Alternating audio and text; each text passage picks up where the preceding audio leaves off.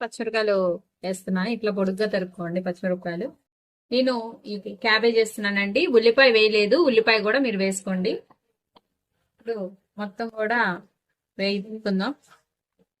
Complete గా వేగిపోవాలండి. వేస్తున్నాను, మగ్గాలండి, ఇంకా కంప్లీట్ గా మగ్గిపోవాలి. మగ్గిన తర్వాత మనం రైస్ వేసుకుందాం. కొంచెం కారం వేద్దామండి స్పైసీనెస్ కోసం. ఇప్పుడు మొత్తం వేగిపోయినాయండి. మనం ఇప్పుడు రైస్ వేద్దాం మొత్తం కూడా. ఇదిగోండి, ఇప్పుడు మొత్తం రైస్ అంతా వేసుకున్నాను. కలుపుకుందాం మంచిగా. పన్నీరు, బేబీకార్న్ ముక్కలు వేసేద్దామండి. మొత్తం కూడా కలిపుకుందాం.